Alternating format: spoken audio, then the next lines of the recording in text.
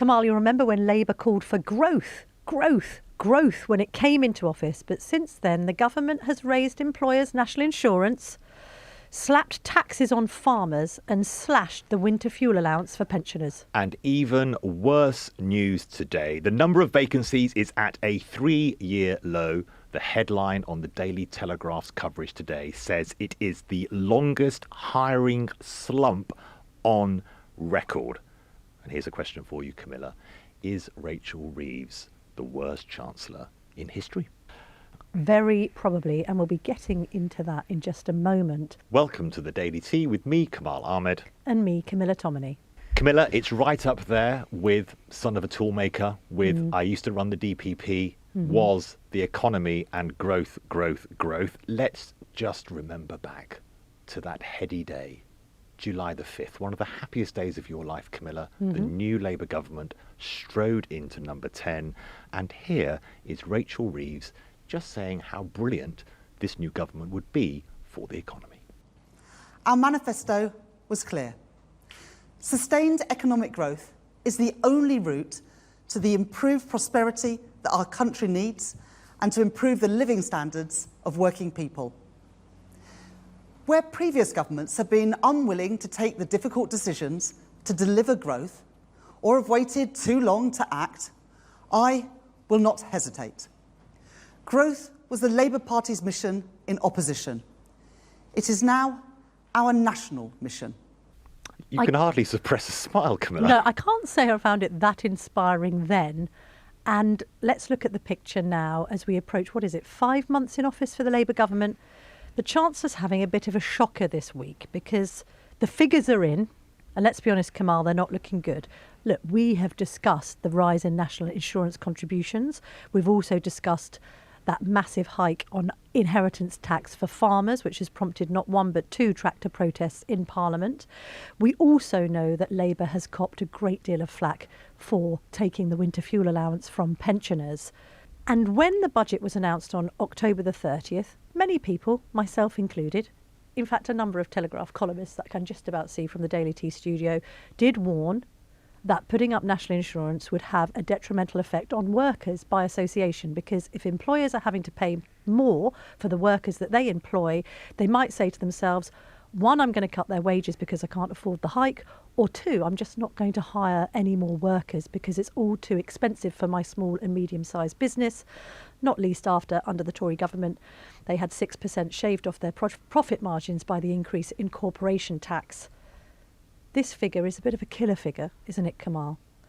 The Office for National Statistics has today announced that the country is in a massive hiring slump, which actually deepened in the wake of the budget.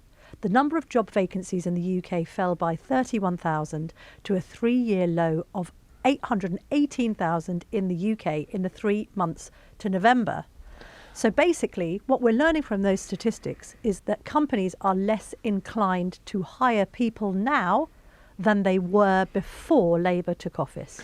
And these figures come after last Friday's figures on economic growth, which actually revealed that the economy shrank in October. So on hiring and the jobs market, the statistics are negative. On growth, the statistics are negative. And it wasn't just the tax increase that Rachel Reeves put in place in the budget that was the problem. It was actually the narrative of gloom, that a lot of economic growth is about sentiment. And if you feel positive and you feel that the government is on your side, it's making space for private entrepreneurs to operate well and to hire more people and to make more profits, and therefore the whole economy grows.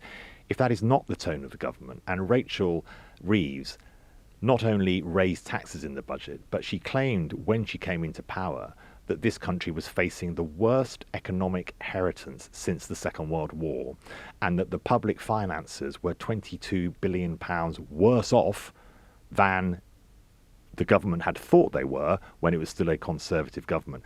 Sentiment was really badly affected. Not just businesses that we interviewed lots of businesses that said, I'm going to stop hiring. Yeah. And consumers. Consumer confidence also starts falling. And when you lack confidence in the future, you just pause buying that new thing, whether that's a washing machine or some house extension or whatever it might be, from small to large. And that means the economy starts slowing. And the biggest problem, as you said, when you're listening to Rachel Reeves, even at the beginning of the government, it doesn't sound inspiring. And we have spoken a number of times, Camilla, about that lack of an inspiration on a national mission. Keir Starmer talks about missions, but he doesn't act like there is actually a mission of government to create growth, because growth needs the private sector. And Rachel Reeves trapped herself with those big promises before the last election on no increases in income tax, no increases on national insurance, a promise she broke, and no increases on VAT. Those are the big taxes that actually raise proper revenue. It's left her tackling smaller groups of people like pensioners, like farmers, like family businesses, which has created great controversy for very little gain.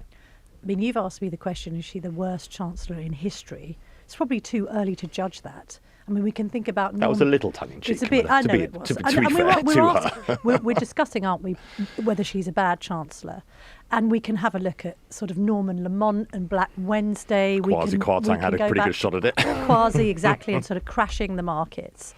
However, even listening to that and everything that she said subsequently, she isn't a figure that inspires confidence. We've had this problem with her having plagiarised some of her book.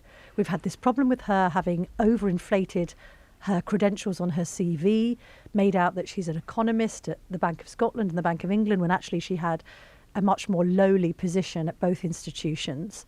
You've then got her rhetoric, which is overtly robotic. It's hard to listen to her. And I think that just from an optics point of view is difficult. It's difficult for businesses to kind of feel confident in someone that doesn't really deliver even good economic news well. She talked about before the general election this idea of not taxing working people. And that has almost turned out to be as dishonest as a budget which pretends it cuts taxes, but actually you look at the small print and discover that there are loads of stealth taxes everywhere. So I think this idea of employers being landed with more of a tax burden is one thing, but shall we discuss the letter? Should we discuss the letter to the Telegraph? This is an amazing letter that we all spotted within the Telegraph, and a lot of you spotted as well. It was a letter from a 70-year-old pensioner, didn't supply their name, but wrote to the Chancellor saying that Rachel Reeves has stolen a lifetime's plans for a happy retirement. The person said that their inheritance tax bill, because of the changes in inheritance tax and that pension pots would become liable for inheritance taxes, would triple from 200,000 to 640,000. They didn't know whether they should be trying to take their pension now and hoped it lasted throughout the years they had left, or whether they should emigrate. And it was so powerful, it got nearly 5,500 comments from Telegraph readers. Go and have a look at it on our website, but it does encapsulate the problem that this government has had, is that the actions it has taken have not shown a strategy and an approach. They just appear to be a scattergun attack on different groups of people with no central purpose. Also, I think that the letter speaks of a sort of economic punishment beating for this particular individual, who does stress in the letter that they had quite a humble upbringing, that they did in the past vote for Labour. There's this idea of unfairness creeping in, and we heard it with the farmers as well. There is a cogent argument to make that if you've worked hard all your life and been prudent and saved and tried to do the best to provide for your family, why should the beating in retirement be this punitive?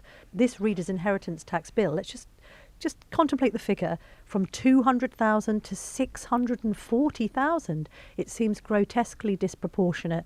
We could do another podcast on my belief that we shouldn't be paying inheritance tax at all. But anyway, and I think that's a real problem for a Labour government trying to talk about being equitable to all. It's similar with the winter fuel allowance. Well, hang on a minute. You're stripping pensioners of it, even though they're on that I earn 14 grand a year threshold.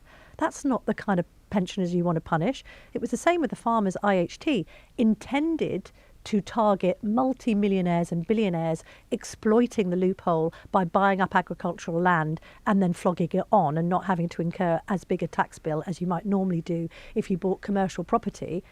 It's ended up affecting, and we had a farmer in the studio, people who all they want to do is provide meat and dairy for the country and then pass on what they have in assets to their children to continue to provide meat and dairy for the country and wheat or whatever else. So it's the unfairness criticism that is creeping in now, which is it's the antithesis of what I thought Labour stood for.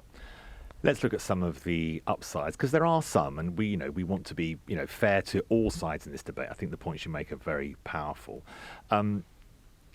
In terms of our incomes, the figures released today by the Office for National Statistics that go alongside these jobs numbers shows that wages are rising above inflation, which is always a good position to be in. That, of course, is down to the private sector, not the public sector.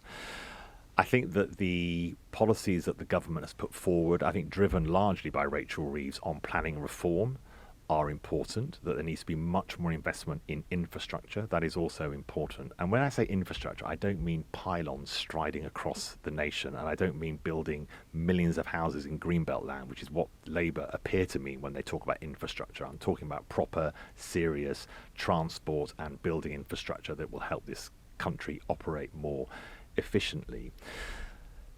Alongside some of the political mistakes that Rachel Reeves has made is a bigger issue around who leads economic development in the United Kingdom. And Labour has always had a problem with the belief that it should be the state in some way. But in fact, all the evidence is, and as we've seen here with hiring, the state can actually crowd out private companies doing their own work.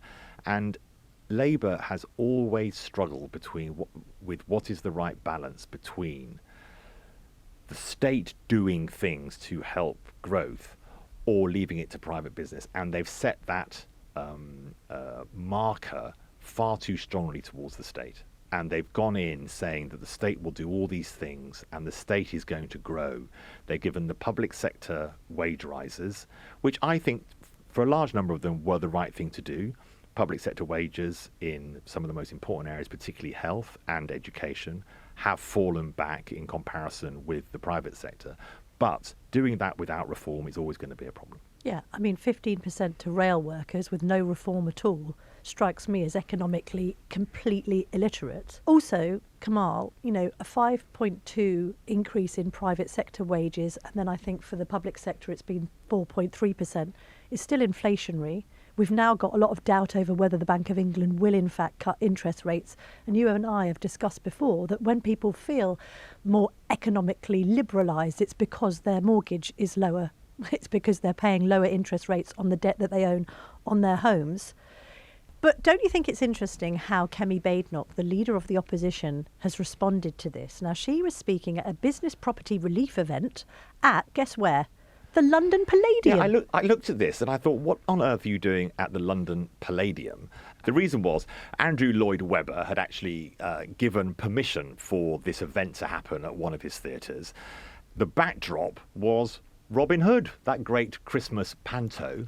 Of course, Kemi Badenoch, there could have been some very, very dangerous pictures of her with men in tights and et cetera, but yes. Let's not go there. But of course, the great joke about Robin Hood and Rachel Reeves possibly could be that Rachel Reeves, rather than taking from the rich and giving to the poor, was actually taking from the rich and also taking from the poor, which is not where Rachel Reeves wants to be, to be honest. No, indeed, that's not the right analogy. Although, could Kemi Badenoch be accused of taking from the poor to give to the rich because she was asked whether she might support a flat rate of tax? Shock horror. Can you imagine?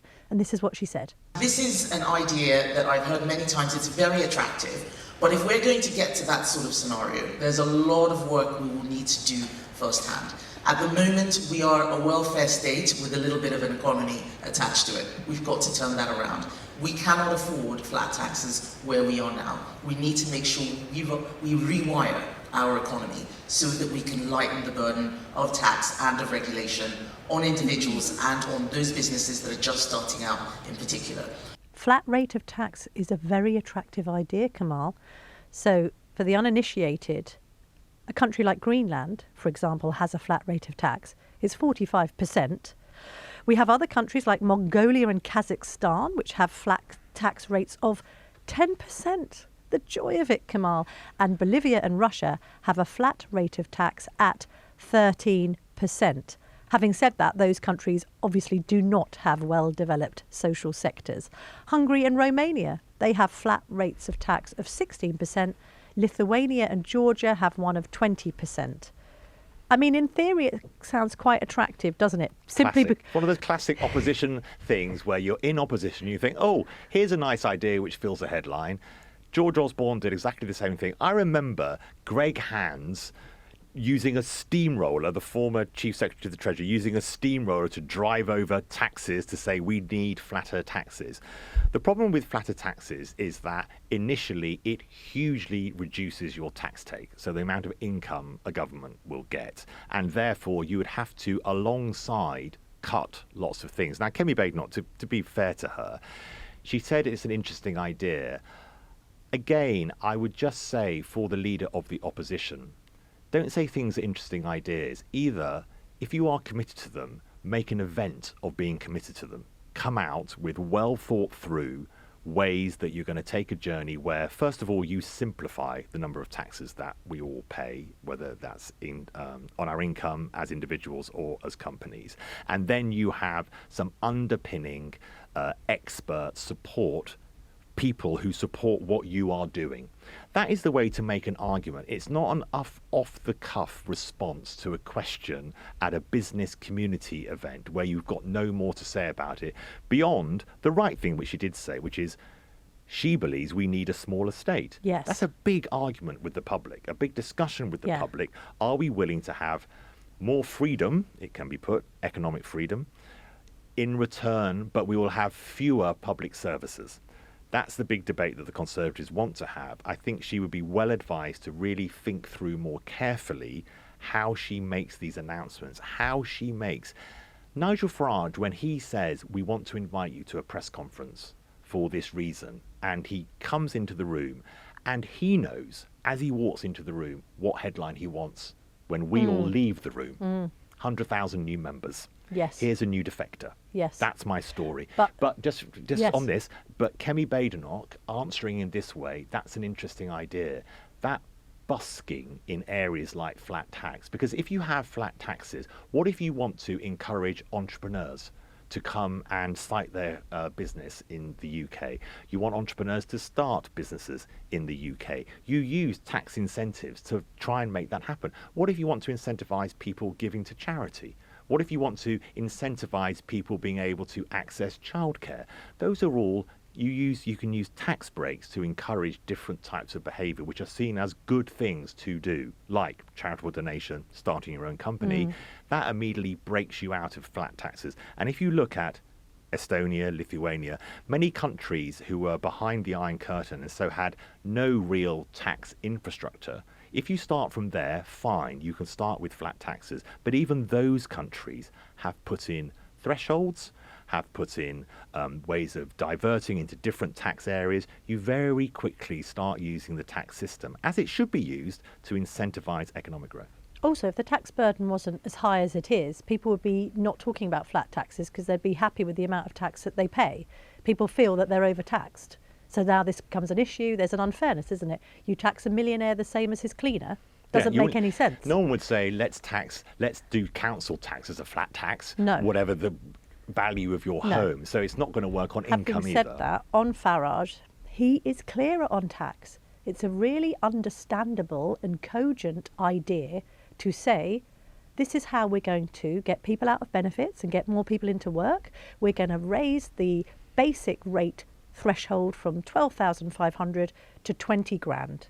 That's been estimated to cost 41 billion, but the Faragian argument is more people will be working, therefore tax receipts will be higher, people will be keeping more of their money, they will therefore spend more of their money, and economically it would be a more sensible thing to do.